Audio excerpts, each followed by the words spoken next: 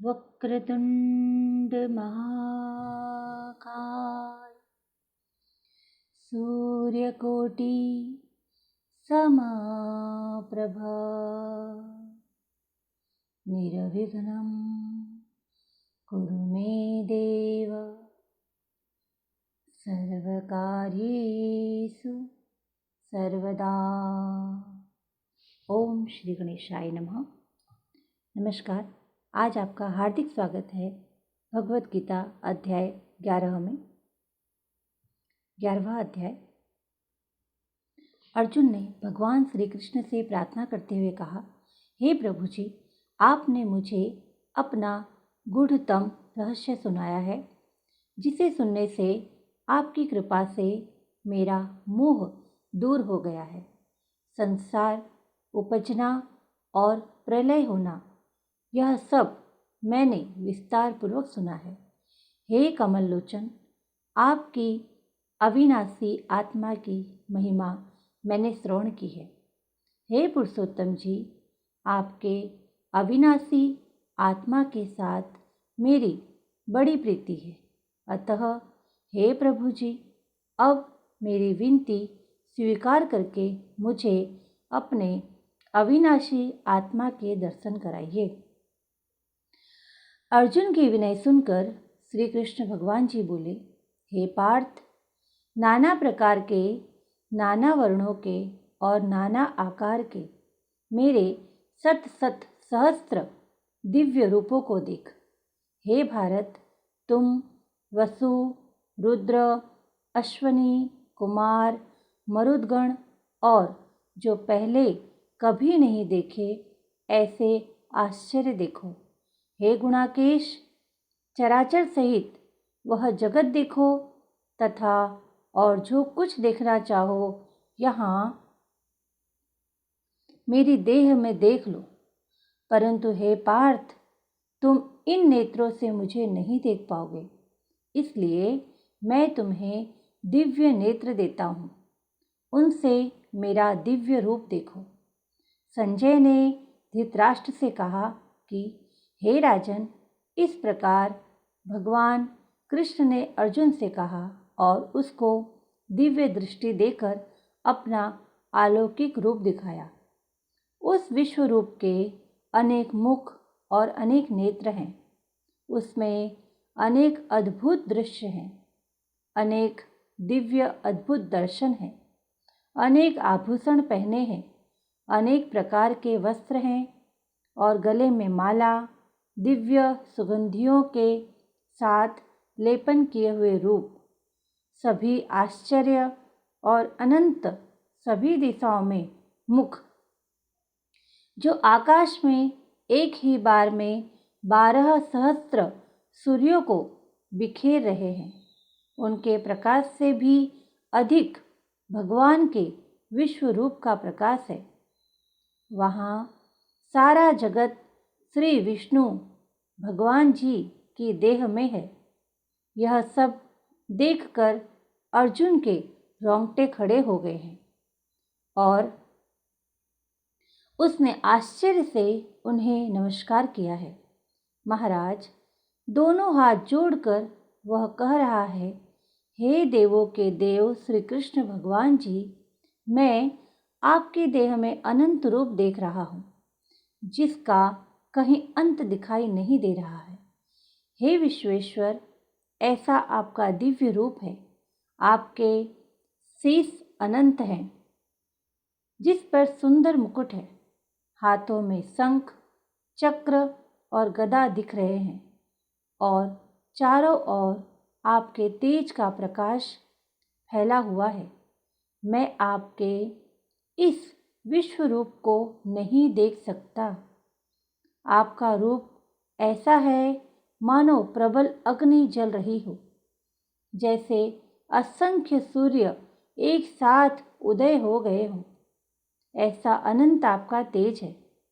आप अजर अविनाशी हैं, सबसे परे हैं, जानने के योग्य हैं, अनेक अनेक प्रकार की रचना से पूर्ण है। पूर्व से भी पूर्व हैं। धर्म के रक्षक सनातन पुरुष हैं। आप अनादि हैं। आपके बल का कोई अंत नहीं है। इस कारण आपका नाम पराक्रम है।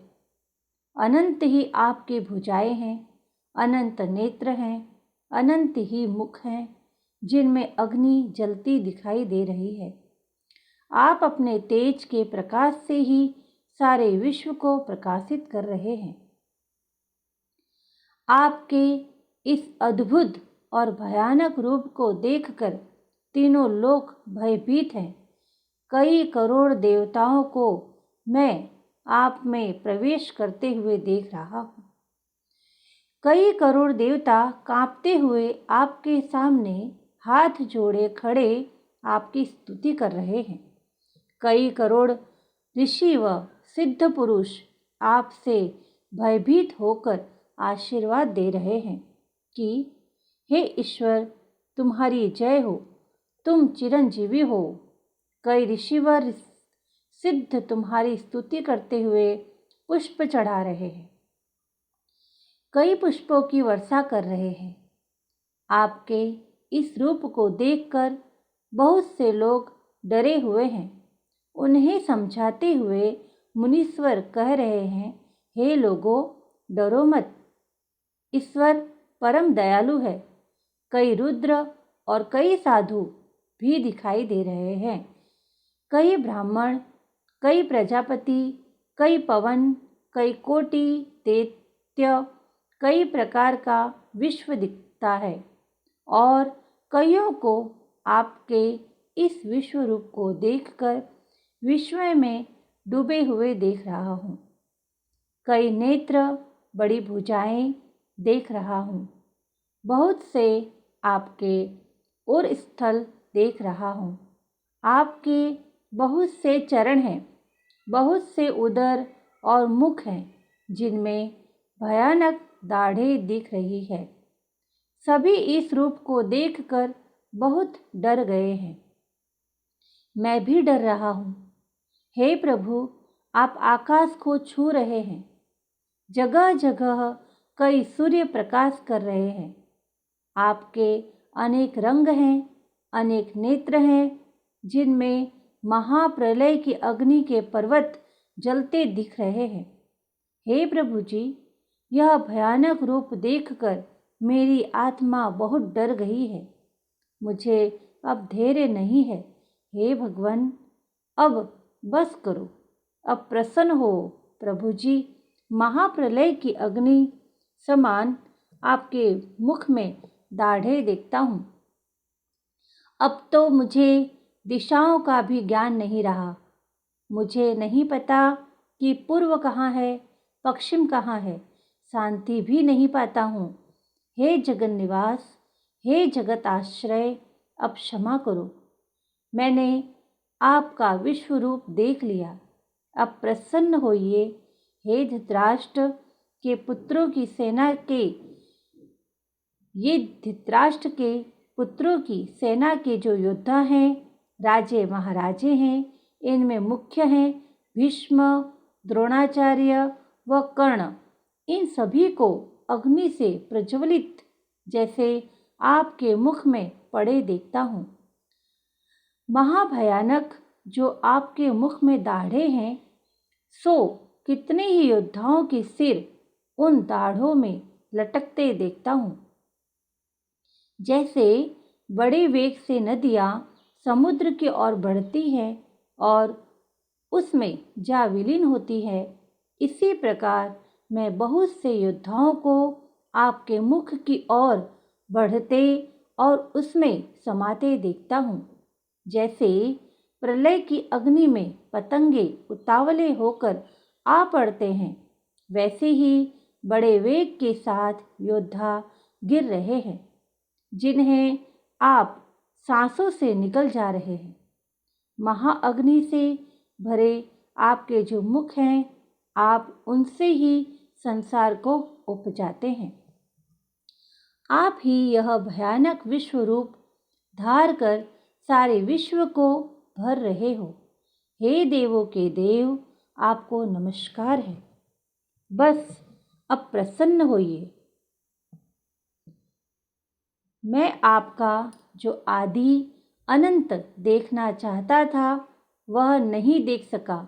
आपका कोई आदि अंत तो दिखाई दे, आप अनंत हैं। अर्जुन के वचनों को सुनकर श्री कृष्ण भगवान बोले, हे अर्जुन, इस समय इन योद्धाओं का काल रूप मैं ही हूँ। मैं संसार का नाश करने वाला उग्रकाल हूँ। समस्त जनों का संहार करने के लिए आया हूँ। तुम्हारे युद्ध न करने पर भी ये योद्धा जीवित न रह सकेंगे। अतएव तुम उठो, शत्रुओं का संहार कर यश को लेकर इस महासमृद्धिशाली राज्य का भोग करो। हे सर्वसचिन, इनको तो मैं पहले ही मार रखा है। हे सर्वसचिन, इनको तो मैंने पहले ही मार रखा है। तुम केवल निमित्त हो जाओ। मेरे मारे हुए द्रोण, भीष्म, जयद्रथ, कर्ण और अन्य योद्धाओं को मारो। घबराओ मत, युद्ध करो। तुम इस संग्राम में शत्रुओं को जीतोगे। संजय ने कहा, हे महाराज, इस प्रकार श्री कृष्ण जी के वचनों को सुनकर मुकुटधारी अर्जुन हाथ जोड़कर कंपित और भयभीत हुए साष्टांग प्रणाम कर नम्रतापूर्वक बोले, हे ऋषिकेश, आपके गुणगान करने से सब संसार प्रसन्न और प्रेम मग्न हो रहा है। राक्षस डरकर दिशाओं की ओर भागते हैं और सिद्ध पुरुष आपको नमस्कार करते हैं। सो ठीक है, हे महात्मन, हे अनंत, हे देवाधिदेव, हे जगन्निवास, आप ब्रह्म से भी श्रेष्ठ हो। आपको देवता क्यों न नमस्कार करें। व्यक्ति भी आप हो और अव्यक्त भी आप हो। व्यक्त भी आप हो और अव्यक्त भी आप हो, तथा इन दोनों से परे अक्षर भी आप हो। अनंत रूप आप आदिदेव हो, विश्व के परम आधार हो, ज्ञाता और ज्ञेय हो, श्रेष्ठ स्थान आप हो, विश्व का विस्तार करने वाले आप हो। आप वायु, यम, अग्नि, वरुण, चंद्र, ब्रह्मा और ब्रह्मा जी के भी पिता हो। आपको नमस्कार है और बार बार आपको ही नमस्कार है। हे सर्वस्वरूप, आप अनंत वीर्यवान तथा अतुल पराक्रमी हो। आप जगत में व्याप्त हो, इसलिए विश्व रूप हो। आपकी महिमा को न जानते हुए तुम्हें अपना मित्र मानकर हे कृष्ण, हे सखा, जो तिरस्कार से कहा, जो प्रमाद से अथवा स्नेह से कहा, तुमसे उन सभी बोलों की क्षमा मांगता हूँ। जो परिहास के लिए विहार, सोने बैठने और भोजन के समय अकेले में अथवा मित्रों के मध्य तुम्हारा अपमान किया है, उसके लिए आप मुझे क्षमा करें। आप इस स्थावर जंगम रूप लोक के पिता, पूज्य और महान गुरु हो। त्रिलोकी में भी तुम्हारे समान कोई नहीं है। तुमसे अधिक अतुल प्रभाव कहाँ से होगा। इसलिए हे ईश, तुम्हें सिर झुकाकर प्रणाम करके यही प्रार्थना करता हूँ कि मुझ पर कृपा करो। हे देव, जैसे पिता पुत्र के, मित्र मित्र के और प्रिय प्रिया के अपराधों को क्षमा करता है, वैसे ही तुम मेरे अपराध को क्षमा करो। हे देव, जो पहले कभी नहीं देखा ऐसा आपका रूप देखकर मैं अति प्रसन्न हूँ और भय से मेरा मन व्याकुल है। इसलिए वही पहला रूप मुझको दिखाओ और हे देवेश, आप प्रसन्न हो जाओ। हे सहस्रबाहु, हे दिव्य मूर्ति, मैं फिर आपको वह किरीट, गदा और हाथ में चक्र धारण किए हुए देखना चाहता हूँ। श्री कृष्ण भगवान ने कहा, हे अर्जुन, मैंने प्रसन्न होकर ये तेजोमय अनंत आध और विश्व रूप अपने योग के प्रभाव से तुम्हें दिखलाया है। तुम्हारे अतिरिक्त इससे पहले किसी ने नहीं देखा था। हे पांडवों में श्रेष्ठ, मनुष्य लोक में तुम्हारे सिवाय कोई वेदों के अध्ययन, दान, अग्निहोत्रादिक और घोर तपों को करके भी यह रूप धारण किए मुझको नहीं देख सकता। मेरा ऐसा भयानक रूप देख तुम व्याकुल और मूढ़ न हो। भय त्याग कर और प्रसन्नचित होकर फिर तुम मेरा वही रूप देखो। संजय ने कहा, श्री कृष्ण जी ने फिर वही अपना चतुर्भुजी रूप दिखलाया और सौम्य रूप धारण कर लिया। उस महात्मा ने अर्जुन को, जो कि भयभीत था, धीरज बंधाया। अर्जुन ने कहा, हे जनार्दन, आपके इस सौम्य दिव्य मंगल रूप को देखकर अब मैं प्रसन्नचित हो स्वस्थता को प्राप्त हुआ। श्री कृष्ण जी बोले, हे अर्जुन, मेरा यह विश्व रूप तुमने देखा है। ऐसा रूप को वेदाध्ययन, तप, दान व यज्ञादिक कर्म द्वारा देखना भी असंभव है। हे अर्जुन, हे परंतपः, मेरा जो विश्व रूप है, इसको मनुष्य अनंत भक्ति द्वारा जान सकते हैं और तत्व ज्ञान द्वारा इसमें लीन हो सकते हैं। हे अर्जुन, जो कोई मनुष्य मेरी ही भक्ति के लिए कर्म करते हैं, मुझको ही सर्वोत्तम मानते हैं, मुझ में ही भक्ति रखते हैं, सब सांसारिक सुखों से मुख मोड़ चुके हैं, संपूर्ण प्राणी से वैर त्याग चुके हैं, वे ही मुझको प्राप्त हो सकते हैं। हे अर्जुन, जैसे तूने मुझे पाया है, वैसे किसी ने नहीं पाया, क्योंकि तू मेरा अनन्य भक्त है। मेरे बिना तू किसी का भजन नहीं करता, इसी कारण तूने मेरा यह रूप देखा है। इन नेत्रों से भी और ज्ञान नेत्रों से भी प्रेम से तूने मुझे पाया है। मैं तेरे अधीन हूँ, तूने मुझे पा लिया और मैंने तुझे। हे पांडुनंदन, अब जो तुझको करना उचित है वह सुन। परम प्रीति से मेरी पूजा कर, हर सांस से मेरे नाम का स्मरण कर। इस प्रकार मेरा भक्त हो, संसार के लोगों के साथ प्रीति न कर, सब भूत प्राणियों से निर्वैर हो।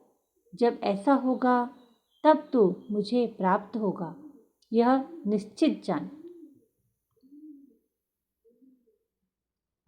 इति श्रीमद्भगवद्गीता सुपनिषदसु ब्रह्म विद्यायां योगशास्त्रे श्रीकृष्ण अर्जुन संवादे विश्वरूप दर्शन योगो नामे का 10वां अध्याय।